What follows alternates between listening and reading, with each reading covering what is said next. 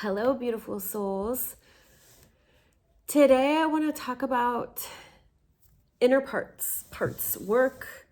What is it? What are parts? Why would we do parts work? There are more and more people out there doing parts work. And it's become not just a psychological thing, but also a spiritual thing. There's parts work incorporated in lots of different spiritual practices, and often in conjunction with shadow work, which parts are often in the shadow. So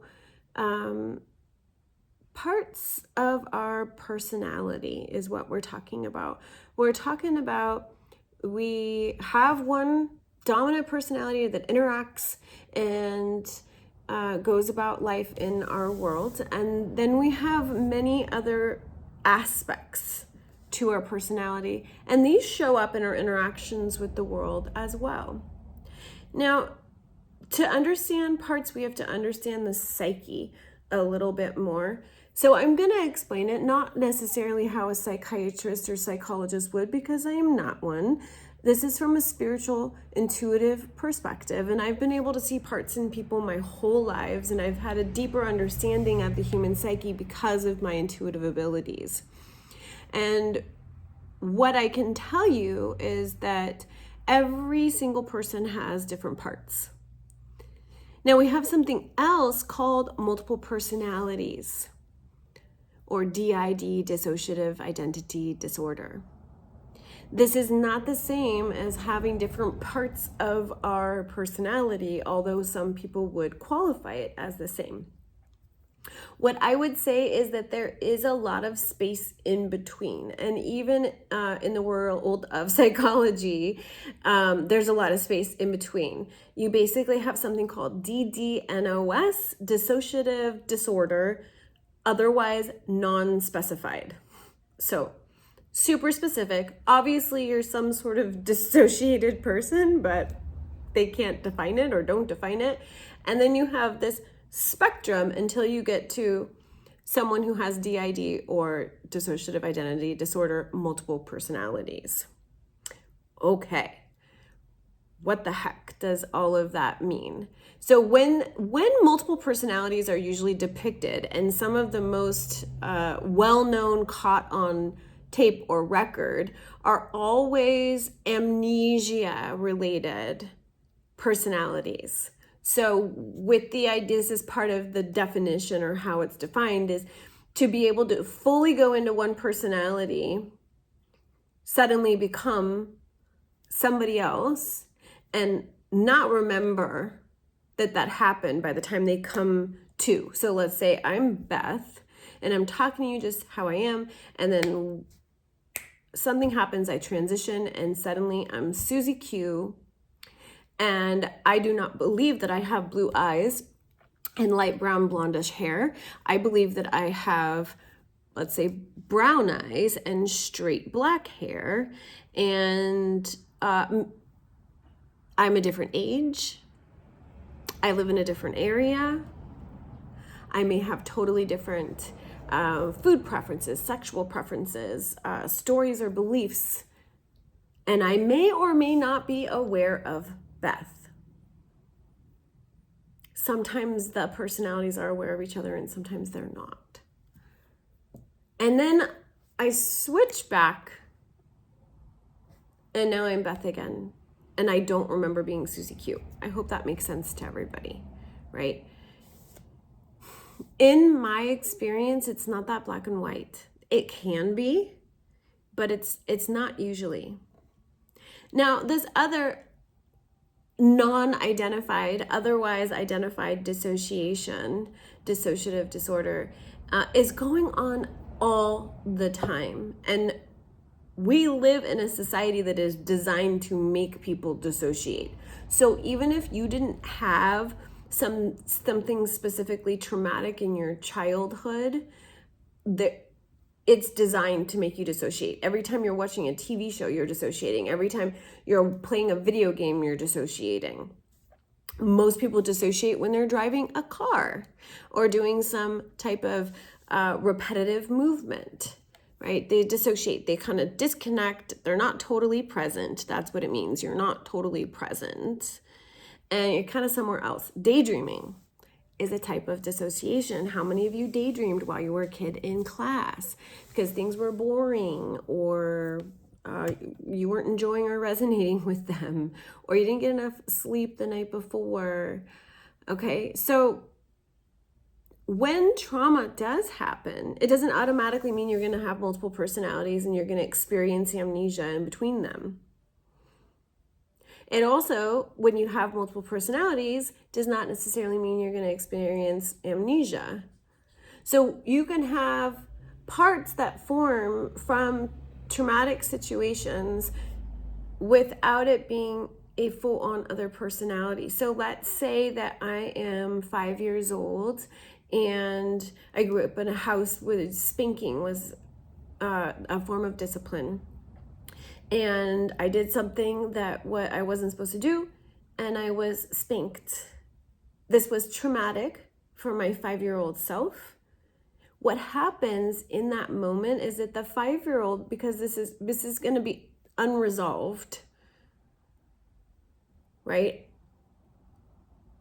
These parents who love you do something to hurt you, but they tell you it's because they love you and they want to teach you that something is not okay or safe, but they hurt you to teach you that. That's never going to quite be resolved until you get a little bit old. It doesn't make sense to a child, right? Because it's also kind of nonsensical. So that 5-year-old gets kind of stuck in that place. Meanwhile, life also goes on. So what just happened is you created like a little fracture. It's sort of like a little crack in a rock. The rock didn't break in half, but there's a little crack. And there's this little part now that is not quite integrated with the whole. Life goes on. Another little thing happens. Not that I want to say that's little, but another thing happens. And another fracture happens. And that part is unresolved. So there's another part that's kind of frozen in time. So we can end up with a lot of these. If you were somebody who experienced a lot of trauma, you had an abusive childhood, probably going to have more than somebody that didn't, right? So the first thing is that oftentimes these parts have been ignored. So they've been alone.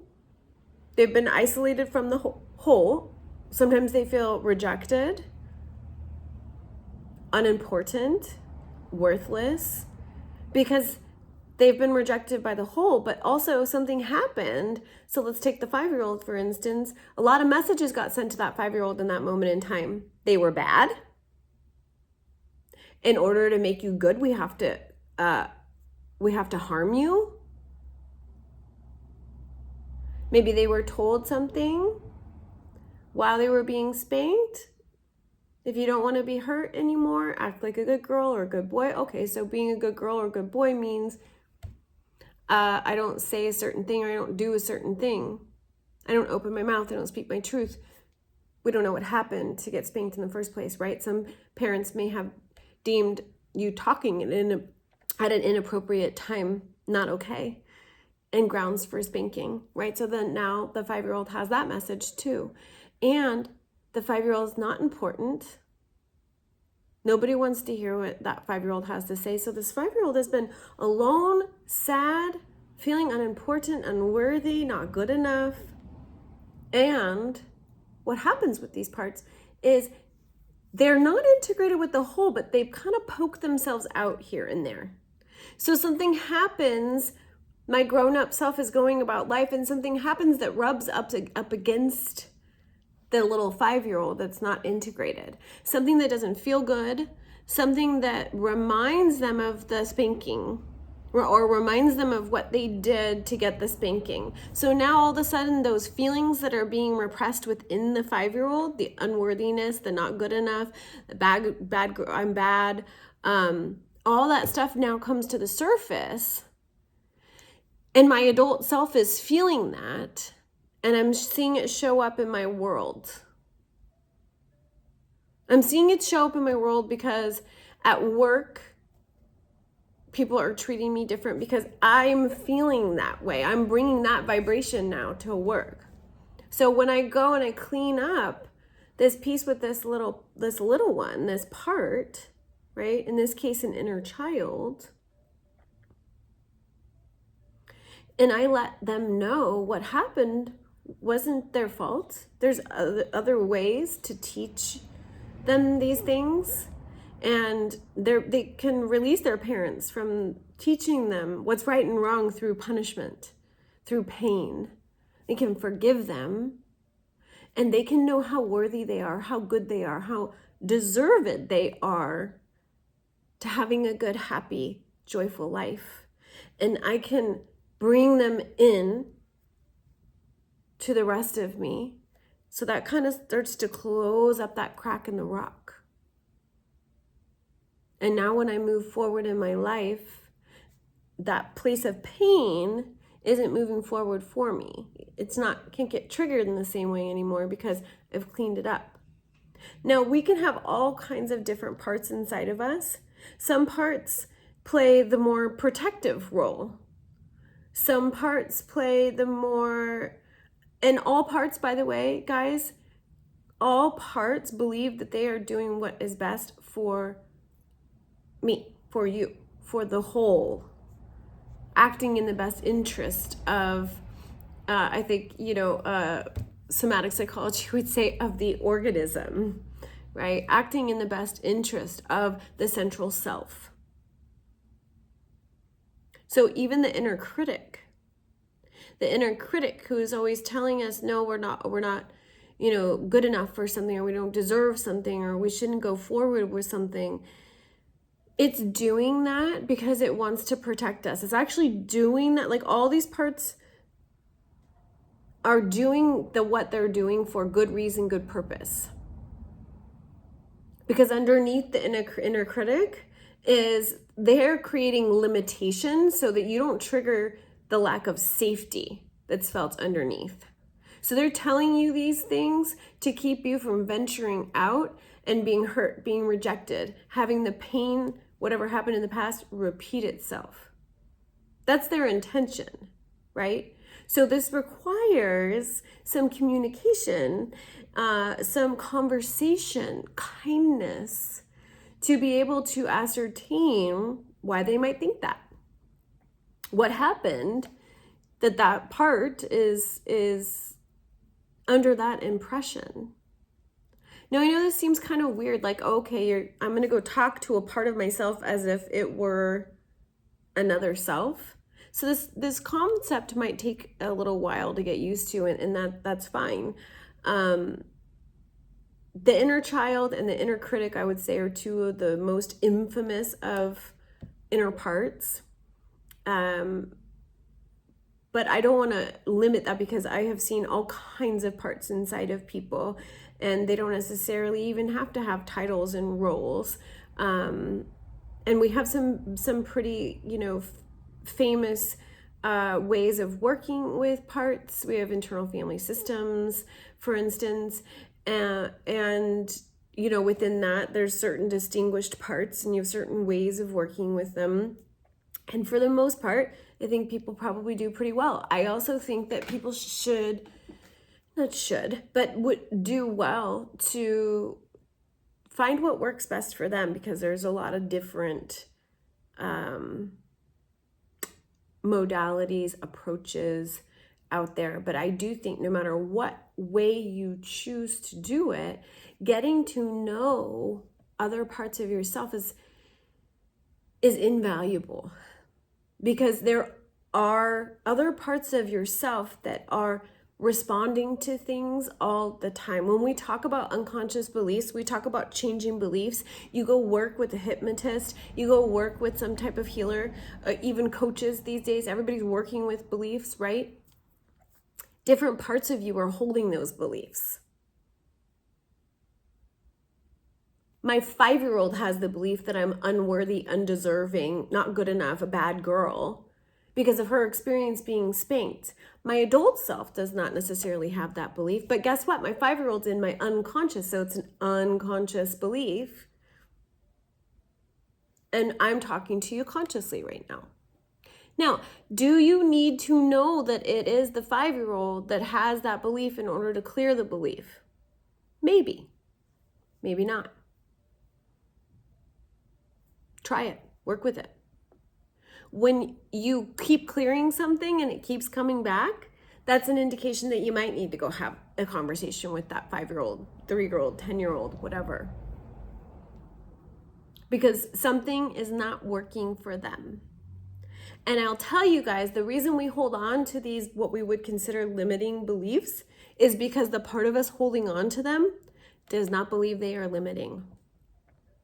It believes that it is what is needed to keep this whole safe, keep them safe, keep them protected, keep them getting their needs met. This is a huge one. We often contort ourselves to get our needs met at different ages and stages of life, especially if we come from an abusive background, especially if we have attachment trauma. So learning to talk to our inner parts is extremely valuable because it allows us to get to the root of why we're holding on to some of these beliefs and be able to really, really let it go. I see people all the time, they come to me and they're like, I've been working on this, working on it. Why isn't it going? Right? Well, let's go talk to the part of you that's holding on. Let's ask it. Why are you holding on to this?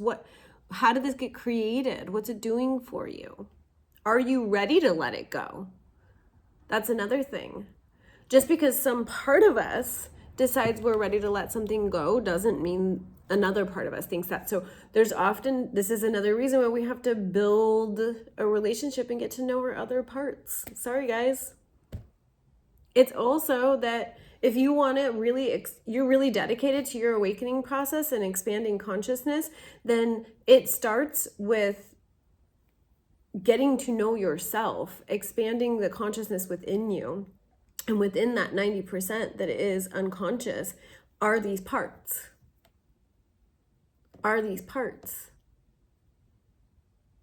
With these perspectives about reality. And in order to really move forward consciously, we have to integrate them. Now, when somebody is on the other end of the spectrum we talked about and they have full-on multiple personalities, you still may not see this as the type of dramatic demonstration that is often depicted. You may not see this as this person going and doing this crazy thing, getting amnesia, becoming somebody else, and then switching back. Now, why is this? This is because a lot of times other personalities are not fully present. I'll give you guys an example. You've probably noticed dissociation in people, whether it's another personality or it's another aspect to this personality. You'll be talking to somebody and you're having like an interest. Things seem fine. Like they're telling you all good things, but you're feeling like some serious anger directed toward you. Something is like feeling like daggers being thrown at you. And this is particularly those who are energetically sensitive, my empaths out there, you're going to know exactly what I'm talking about, right? But you ask the person about it and they're like, no, I love you. Everything's fine. They actually seem like they mean it. Okay. But the truth is there can be another part inside, whether it's a full-on different personality or it's just an aspect, but you feel this coming from another part of them that they aren't even aware of. If you are sensitive, that is an indication of that person, another part within that person. If somebody has full-on other personalities, that may be one of those personalities brewing underneath that is angry at you for something. They have a different opinion, a different perspective, because they have a different personality. But this one that you're talking to right now is not angry at you. That's an example of being able to feel, sense it under the surface, but not actually seeing it. Now, also, that same person, while you're having a conversation with them where they're saying everything is fine, we're all good, all of a sudden just sends like a couple little jabs at you, just random things, hurtful kind of, or judgy things, and then goes back to being super sweet. That's that other personality peeking out just for a minute. And they may not even be aware of it. I know this might be a hard concept to grasp, but it's out there. It's pay attention. See what you notice with people. See what you notice with yourself. It's only helpful to notice these aspects because it brings everybody more into wholeness. It brings you more into wholeness with yourself. It brings more wholeness to the world, more consciousness to the world, to connect the dots within your own consciousness, to connect and integrate the aspects, the wounded selves within your own consciousness.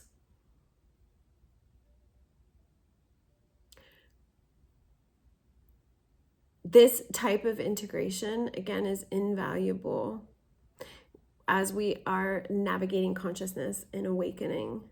Being able to access the different parts of ourselves and heal the wounds within them is how we move forward as an integrated whole and how we really claim our consciousness as we're waking up. It makes us less vulnerable to strange energies, entities, attacks, because we don't have this vulnerable, wounded self with these beliefs about themselves that can be kind of attracting unconsciously energies. So we clean them up so that we can be more clean and clear and have stronger boundaries in our space. This is really the key to really owning our space, is doing this type of inner work.